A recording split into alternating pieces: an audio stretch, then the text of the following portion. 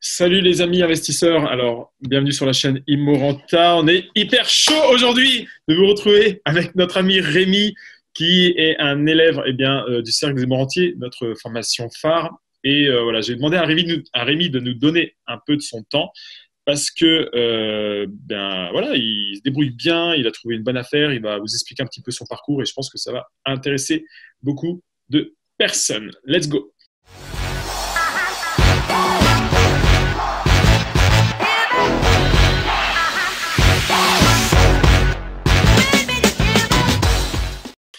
Alors Rémi, bienvenue dans cette vidéo. Et d'ailleurs, je fais une petite parenthèse. Si vous venez de découvrir la chaîne Immorenta, pensez à vous abonner parce que souvent, on vous montre des personnes comme Rémi qui passent à l'action, qui ont des vrais résultats. On vous donne aussi des astuces sur comment investir. On vous donne des petits tips gratuits régulièrement toutes les semaines. Donc abonnez-vous à la chaîne, mettez-nous un pouce.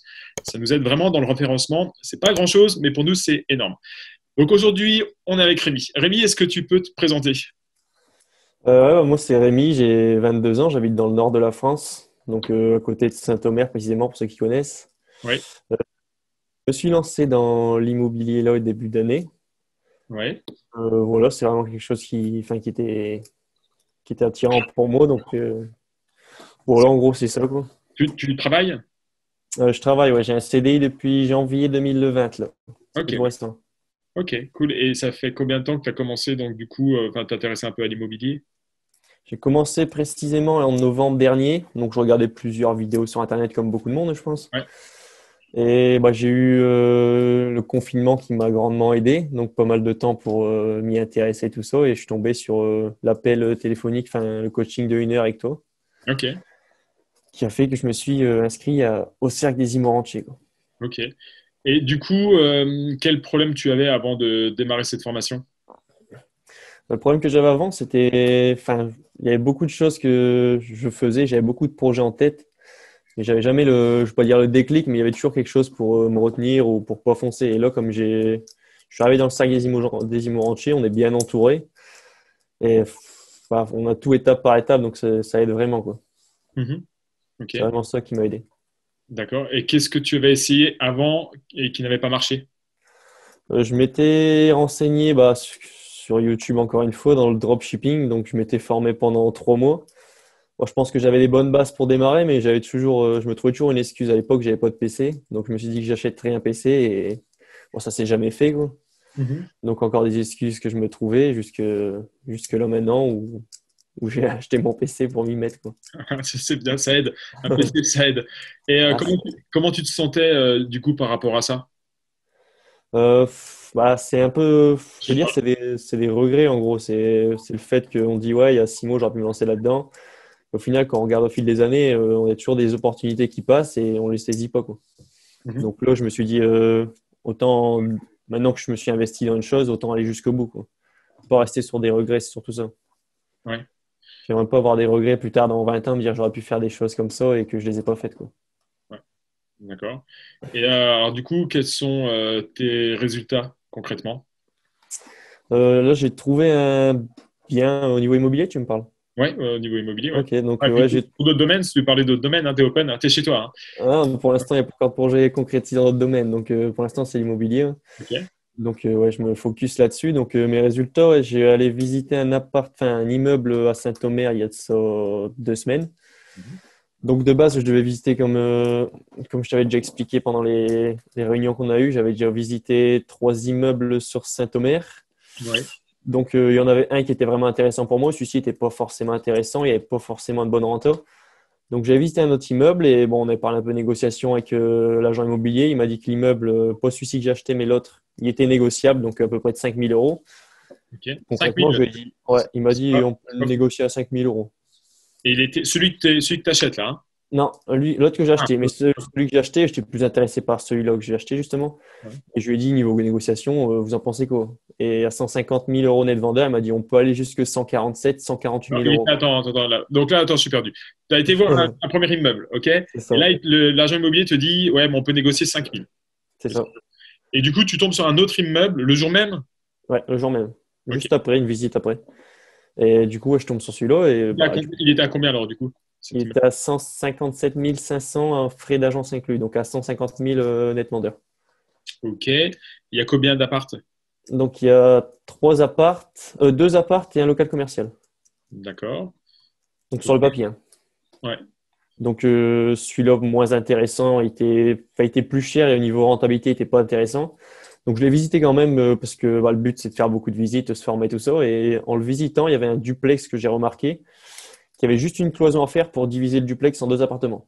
Donc 400 € de plus sur l'appartement là. Mhm. Donc ma rentabilité, elle s'est boostée. On arrive au-dessus de 11 là. On arrive à 11,8 précisément. Mhm. Donc je suis allé voir l'agent immobilier, puis on a parlé de la négociation, tout ça. Plus ou moins, il m'a dit à 157 000, enfin 157 500. Il m'a dit on pourrait descendre jusqu'à 148 000 net vendeurs, donc descendre 2 000 € en dessous, quoi. Ouais. Je lui ai dit ok, pas de souci. Donc moi, je suis retourné chez moi le lendemain, j'ai fait mes calculs, tout ça. Ouais. Je lui ai fait ma première offre à 118 775 € net vendeur.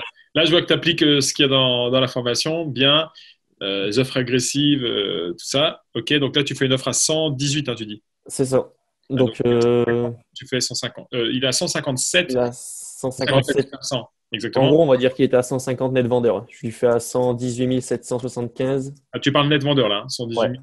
Ok. ouais, 118 000 net vendeur. Ok.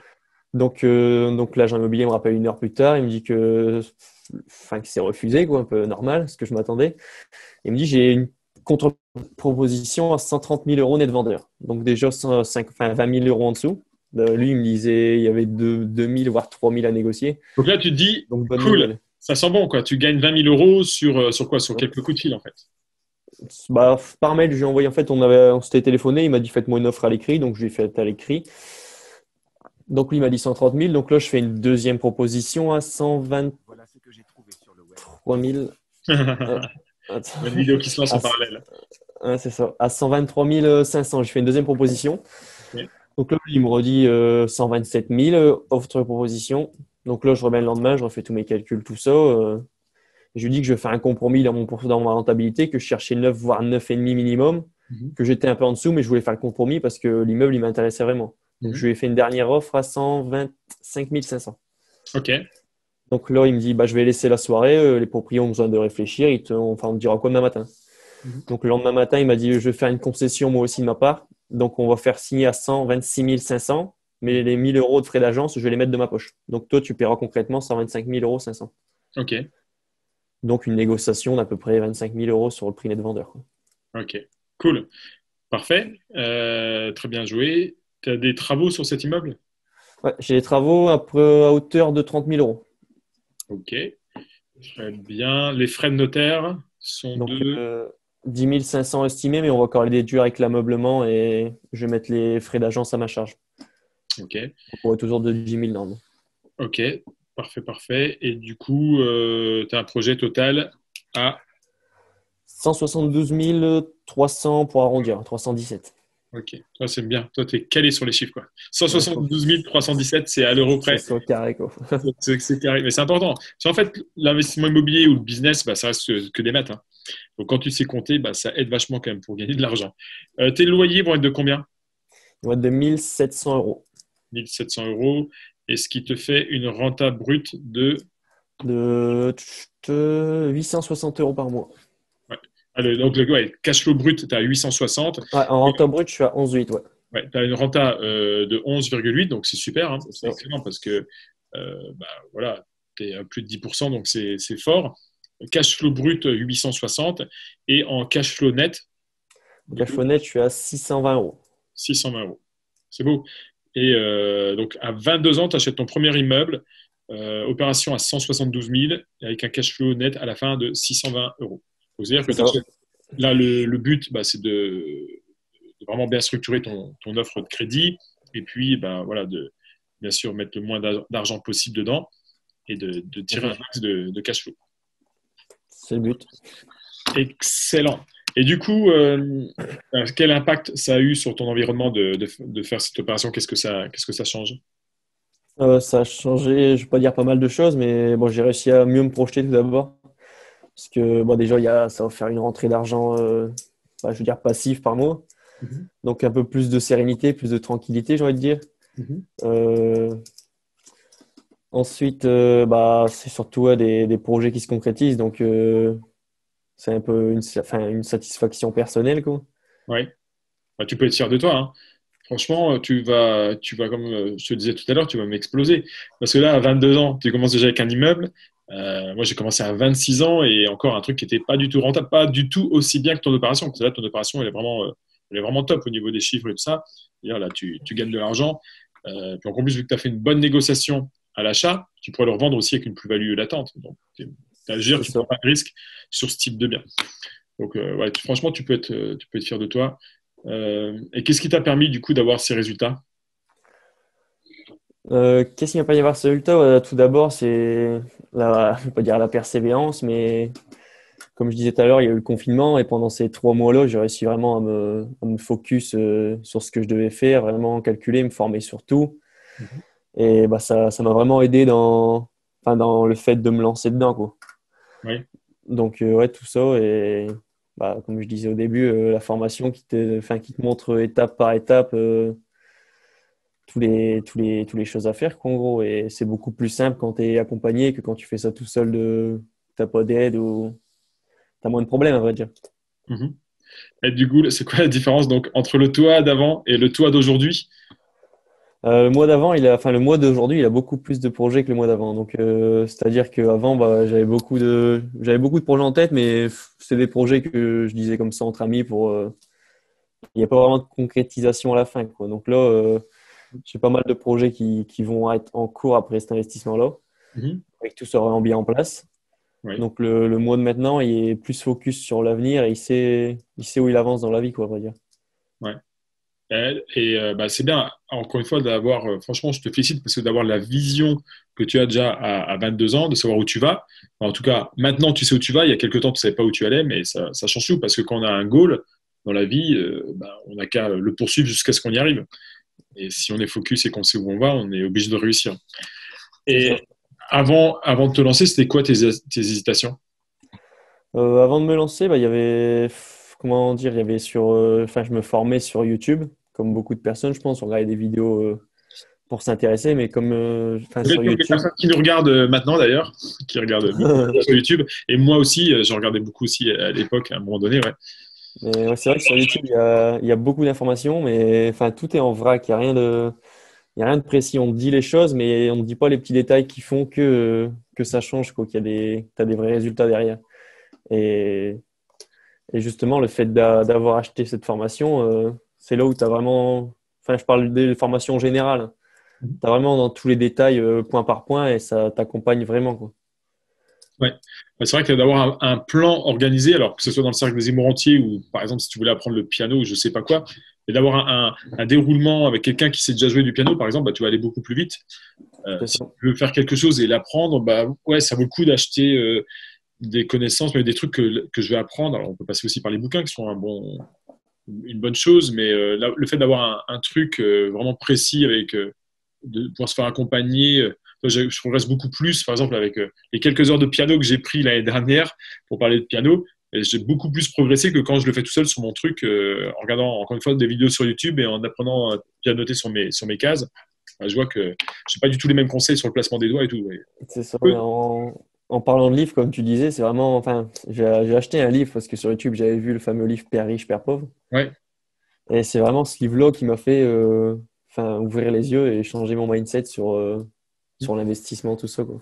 D'ailleurs, on en parle souvent aussi de ce livre-là, parce que c'est vraiment, je pense, le premier livre à lire, Père riche, Père pauvre. D'ailleurs, si vous ne l'avez pas encore lu, hein, bah, je vous encourage franchement à le lire. Ce sera 15-20 euros très, très bien dépensés. Si vous ne l'avez pas lu, c'est vraiment la base de la base C'est ça. pour commencer à comprendre l'investissement immobilier, pour commencer à comprendre aussi l'enrichissement de manière générale. Donc, c'est très puissant. Et quel serait ton conseil, Rémi, pour les personnes qui hésitent à passer à l'action? Alors, les personnes qui hésitent à passer à l'action, bah, c'est de passer à l'action, conseil, mais c'est surtout de changer son mindset. C'est-à-dire de vraiment se focus sur les choses primordiales, d'où on veut atterrir dans 10 ans, si est-ce que notre vie à l'instant T, elle nous convient, quoi, est-ce qu'on voudrait pas autre chose? Et aussi, un conseil pour toutes les personnes qui sont déjà lancées dans l'investissement, c'est que lorsqu'on visite un immeuble, par exemple à 30 km de chez soi, on va visiter un immeuble. prendre tous les immeubles dans le secteur dans la même ville ou à 5 km aux alentours et visiter le maximum possible en une journée. Donc, c'est-à-dire que, comme moi je disais, de base, je n'étais pas parti voir cet immeuble-là et c'est en le visitant que je me suis rendu compte qu'il y avait une opportunité, quoi. Mhm. Donc, Ouais. voilà. C'est vrai, souvent, on part pour voir quelque chose, finalement, on atterrit avec carrément quelque chose d'autre dans l'achat. Et un peu comme dans la vie, des fois, tu fais des études, tu dis, ouais, je vais faire ça comme boulot, et puis en fait, si tu analyses 5 ans après ta situation, ça a complètement changé. Donc, je suis d'accord avec toi, il ne faut pas rester trop focus, faut garder l'esprit ouvert, en tout cas, de manière C'est ça. générale. Et ça, c'est très, très important, que ce soit dans Et l'investissement immobilier.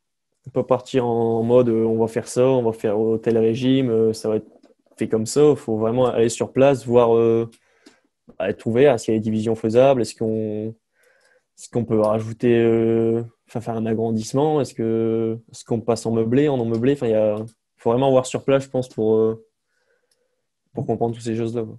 Ouais, ouais, tout à fait. C'est un très bon conseil. Euh, D'ailleurs, si vous voulez passer à l'action aussi comme Rémi, parce que Rémi, en fait, on s'est rencontré par un appel stratégique téléphonique il y a quelques mois. C'est ça.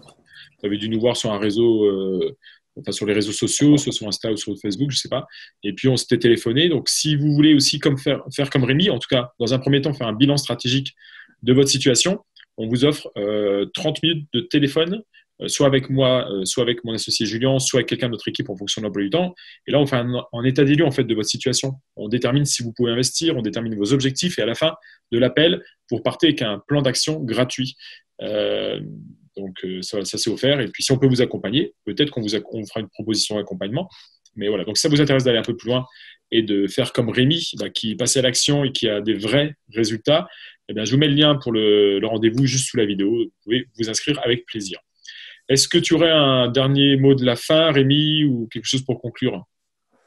Tous ceux qui hésitent encore, trouvez-vous pas des excuses surtout et il faut foncer, quoi. Ouais, moi, j'ai une phrase que j'adore, c'est 1 gramme d'action, ça vaut mieux que 100 kilos de théorie. Et c'est vrai, parce que de toute façon, on peut réfléchir pendant Tout à l'heure, tu parlais du dropshipping et tout ça. Enfin, on peut avoir plein de projets en tête, mais tant que de toute façon, on ne fait pas l'action, même une idée qui est susceptible de créer des millions de plus-value, tant qu'on ne l'aura pas mis en action, on ne l'aura pas mis en action, quoi. Donc, au bout d'un moment, faut se sortir les doigts et faut aller de l'avant, quoi. C'est ça, ouais. Il y a aussi un petit tip, si tu veux. Ouais, vas-y. Moi, j'ai dans mon téléphone, tu as un mémo.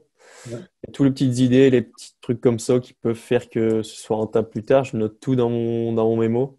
Ouais. Et ça peut revenir plus tard. Des fois, c'est des choses assez bêtes, des fois, des petits détails, mais enfin, tout ce qui nous passe par la tête qui concernerait l'investissement, toujours le noter pour l'avoir quelque part, quoi. Ça, je suis d'accord avec toi. Moi aussi, j'ai mes fiches, mes mémos organisés, que ce soit mes to-do list ou mes projets C'est à ça. 1 an, à 3 ans et à 10 ans, et je les raye au fur et à mesure. Et ça, c'est hyper jouissif aussi. Et d'avoir un plan d'action concret avec une vue de savoir où on va, c'est très, très puissant. Ouais. Je suis d'accord. Exactement. Ok, les amis. Bon, écoutez, c'est tout pour nous, pour cette vidéo. Merci, Rémi, d'avoir partagé ton expérience avec nous. Voilà, ton évolution, ton parcours, c'est que le début. Franchement, je te félicite chaudement parce que je suis vraiment extrêmement content de t'accompagner dans ces projets et de voir que tu es en train de changer ta vie. Parce que, voilà, c'est quoi tes objectifs? C'est d'arrêter de travailler, remplacer ton salaire? Ce serait quoi tes objectifs dans 5 ans? Mes objectifs, mon objectif principal, c'est d'être à la retraite à 30 ans. Ça, c'est vraiment un objectif que je me fixe tout d'abord. Mhm. Mais mes objectifs, ouais, dans 5 ans, j'aimerais bien avoir déjà plusieurs biens donc immobiliers, Mhm. être déjà investisseur en bourse Oui, et investir dans l'automobile aussi. ok, cool. Donc, avoir des locations automobiles. Parce que ouais, j'aime bien aussi tout ce qui est voiture, tout ça. Donc, c'est vraiment un truc intéressant pour moi plus tard, quoi. Ok, Et me cool. faire Bon, plaisir en même temps que j'investis, quoi. ouais, donc plutôt des voitures de luxe, j'imagine. Pas forcément de luxe, mais des voitures aux alentours des 50 000 euros, j'ai envie de te dire. Mhm. Pour démarrer, quoi. Après, on verra par la suite si ça marche ou pas, mais je préfère viser petit, quoi, pour démarrer. Ouais, une voiture à 50 000 euros, c'est déjà pas mal. Ok, bon, c'est cool, c'est bien. En tout cas, tu as une vision. Les projets changeront peut-être, mais en même temps, tu as un plan d'action pour savoir où tu vas. Donc, à mon sens, tu es obligé de réussir. Tant que tu gardes ta motivation et que tu as un plan d'action, on est obligé de réussir. Donc, voilà. Bon, félicitations à toi, en tout cas, Rémi. Merci. Merci à tous d'avoir visionné cette vidéo. Pensez à nous mettre un petit pouce. Abonnez-vous à la chaîne, comme toujours. Et puis, on se voit très bientôt pour du nouveau contenu. Ciao, ciao à tous.